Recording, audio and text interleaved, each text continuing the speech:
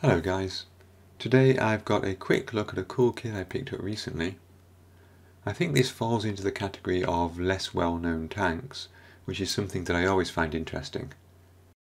Even the name of this can be a bit confusing. It's known as the British Cruiser Mk IIA or the A10 Mk IA.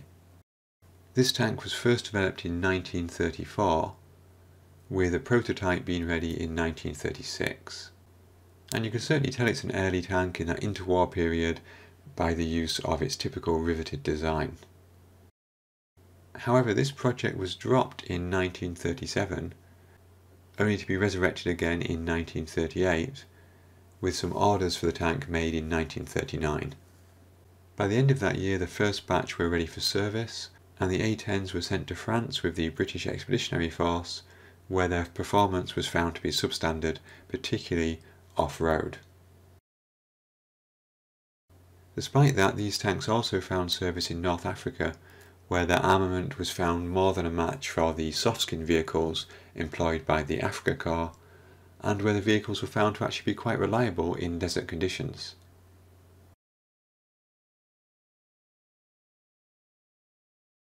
Finally, 60 of these vehicles were sent to Greece, where the majority, some sources say over 90%, were lost to breakdowns. And in fact, it's very common to see photos of A10s without their tracks, and this appears to be the most common failure of the vehicle, that when turning they would just shed their tracks. So overall, not a particularly successful tank from the British. This Bronco boxing that I've got in 1/35th scale is the Mk IA close support version. I haven't been able to find out much about where these close support versions were deployed, although the Bronco instructions in the box suggest that they were also sent to Greece. One thing you might also notice about the A10 is that it uses the same suspension as the Valentine, with that characteristic front and rear road wheels which are larger than the central ones.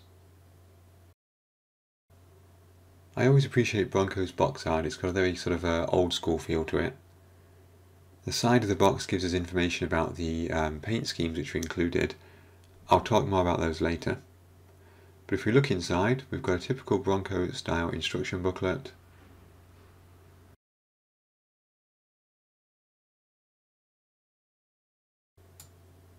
There's not a huge number of surprises here. We start with the road wheels and the suspension, building up the lower hull and the tracks, which are link and length tracks.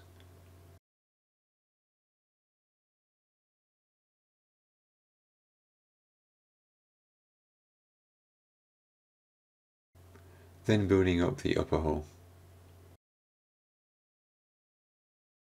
One thing I do notice here is step 8, where we have to take the photo etch. It's sort of a meshy grill type photo etch and wrap it around that exhaust. That's going to be an interesting experiment. I tried that once before on my Leopold and it did not go well. You'll also notice in step 7 we have an option here for either the machine gun or the blanking plate. I'm not clear, and it doesn't say what those two options are for. As far as I'm aware, all versions of this had a machine gun, they just had different versions, but I'll need to check that out. As we move through the instructions, we carry on with the upper hull. That green instruction there with the arrow pointing down into the V shape means bend, which would suggest there's quite a few photo etch parts around there. And then in step 14, this is where we have the option between the original gun shield and the close support version. So it actually seems that I don't need to build the close support version here if I don't want to. Finally, we move on to the turret. Got a photo etch rack on the front there from jerry cans by the looks of it. And then for the final step, everything goes together. And that brings us to the paint schemes. So we've got two paint schemes included. The first one here is Greece 1941 with the 3rd Royal Tank Regiment. And you can see here that we've got this is actually the counter scheme, I believe. It's a simplified version of it where rather than having 3 colours we only have 2 colours. We've got the Lightstone 61 base there, and then this brownish colour as the disruptive colour. Now strangely, this particular page does not tell us what that brown should be. However, if we go over the page, we've got a scheme that looks sort of similar. This one is not counter, or at least it's not a correct counter one, I don't think, with the way the stripes are going. But the printed colour looks the same, and this is labelling that brown colour as brown SCC2, which I think is not likely. I don't believe that the brown SCC2 was used as a disruptive colour, but I could be wrong. And then the third scheme is also a Greece 1941 April scheme, again with the same colours in a slightly different pattern. Then to make things even more interesting, we have some photos which are quite interesting, even though they're museum exhibits, they're useful to have. But these are in the 2 dark green colours of British Expeditionary Forces in 1939-1940 in Europe. So not super helpful for painting this version.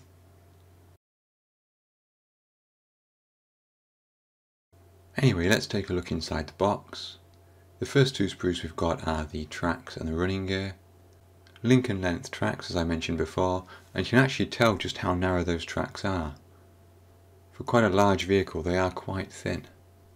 And if we take those out of the bag and have a closer look, you can see the springs in particular I think are really nice. There is of course a mould seam in there, but sometimes with these kind of pieces you get really thick mould seams that are hard to remove. But this looks pretty decently moulded. Lots of bolts and so on the wheels. And again there's those tracks there. Quite an unusual design it seems on the tracks too.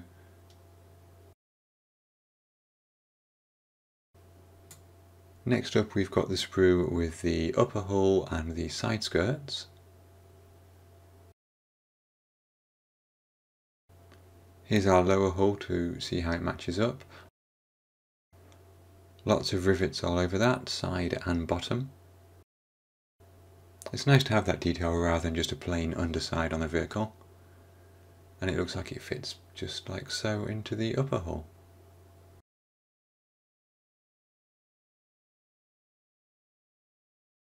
We've got another sprue here which also appears to have side skirts or fenders on it.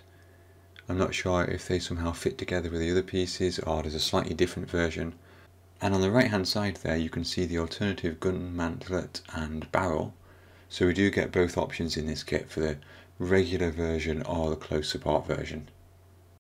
Here's the regular mantlet on the centre of this sprue. It certainly looks nicely done from the close-up shots. Lots of potential for weathering here, especially in sort of a dusty, sandy environment I think. And then we have this final sprue which I'm guessing is some kind of ammunition box. I don't think it's fuel, but it could be. So overall not too many plastic parts. We do have a sprue here, or a fret rather, or photo etch. I'll try not to blind you. And some nice details there. Those long pieces are straps for holding on those fuel tanks. So it's nice to see details like that. And then we've got another photo etch fret here with various suspension mechanism pieces and that mesh for the exhaust. Finally the decals, relatively simple on British vehicles. Serial numbers, unit markings, and then we've got some names there, so Blue Eyes and Cool. Cool is one of the vehicles which I believe was painted in the 2-colour counter scheme. Cool is quite a well-known vehicle, so hopefully I should be able to do some research on that and get to the bottom of those colour schemes. Or as close to the bottom as possible, because obviously a lot of this information just simply isn't known and might never be known.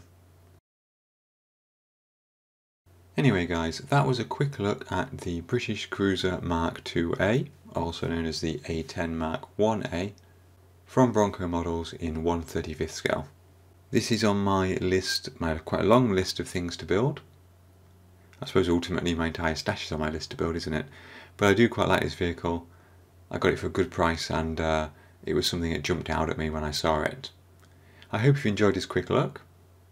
I've been travelling quite a lot recently, so I haven't had a lot of time to sit down and build many things, but I will have some more build videos for you soon. In the meantime, I'd like to say a huge thank you to my Patreon supporters and YouTube members, and to all of you for watching. Every comment, like, share, subscription is greatly appreciated, and I do my absolute best to respond to all of the comments, so please do keep them coming. Once again, thank you very much for watching, and until next time, have fun modelling.